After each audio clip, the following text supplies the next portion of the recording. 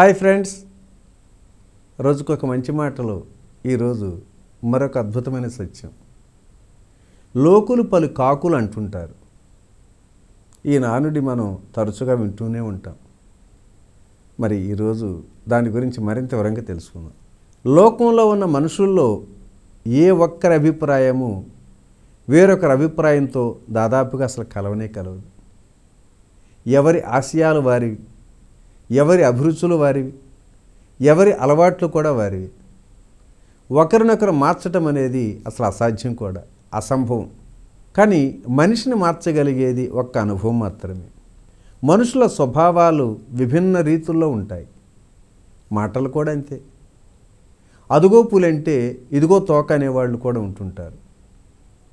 ఏమన్నా కనపడినా ఏమీ లేదనేవాళ్ళు కూడా ఉంటుంటారు.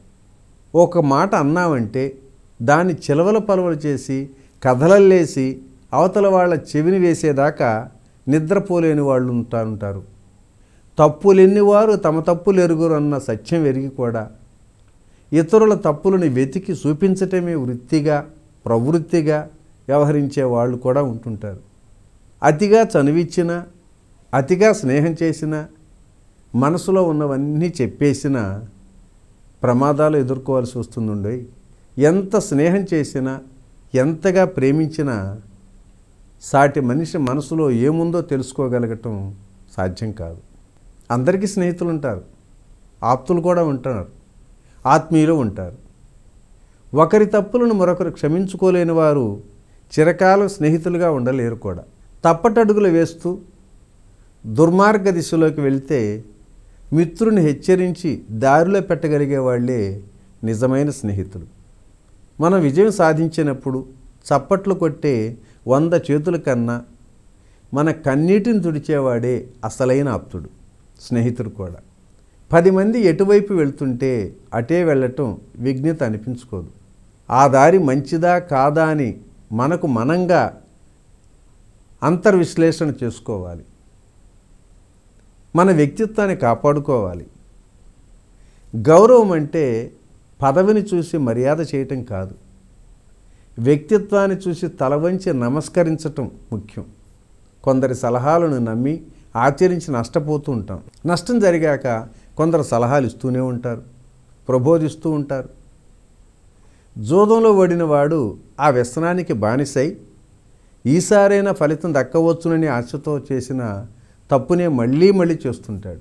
ధర్మరాజు జూదం ఫలితమే కదా పాండవులందరినీ ద్రౌపదితో పాటు అడవులు పాలు చేసింది.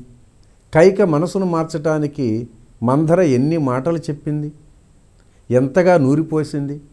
స్థితప్రజ్ఞులైన వాళ్ళు, దురాలోచన కలవాళ్ళు కైకలా మారిపోతారా? కార్యాకారణ సంబంధాలు మనుషుల్ని అలా మార్చేస్తూనే ఉంటాయి.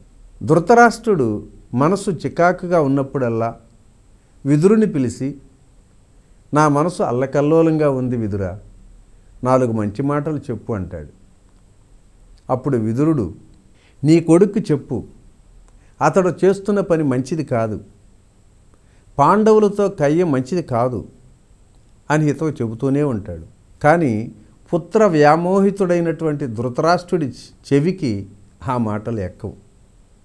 ఆప్తులు, ఆత్మీయులు, స్నేహితులు, సన్నిహితులు ఏం చెబుతున్నా అందులో నిజమెంత, విశ్వసనీయత ఎంత, ఇది హానికరమా ప్రయోజనకరమా అనేది కూడా విశ్లేషించుకోవాలి.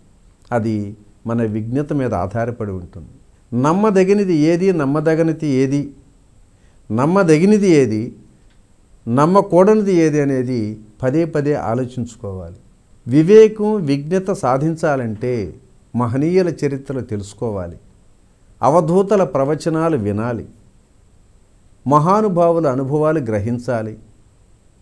మన మాట, నడక, నడత వింటున్న వాళ్ళు, చూస్తున్న వాళ్ళు వాళ్ళకిష్టమైనటువంటి వ్యాఖ్యానాలు చేస్తూనే ఉంటారు. అవన్నీ పట్టించుకుంటే ఒక్కడుగైనా ముందుకు వేయలేం. మన ఆశయం, కర్తవ్యం ఇవే మనకు ఉచ్ఛ్వాస నిశ్వాసాలు కూడా మిత్రమా. ఓకే ఫ్రెండ్స్, మరి ఈరోజు ఈ మంచి మాట ఎంతతో ముగించుకుందాం. రేపటి రోజుని మరొక జీవిత సత్యం ద్వారా కలుసుకుందాం. Okay, thank you.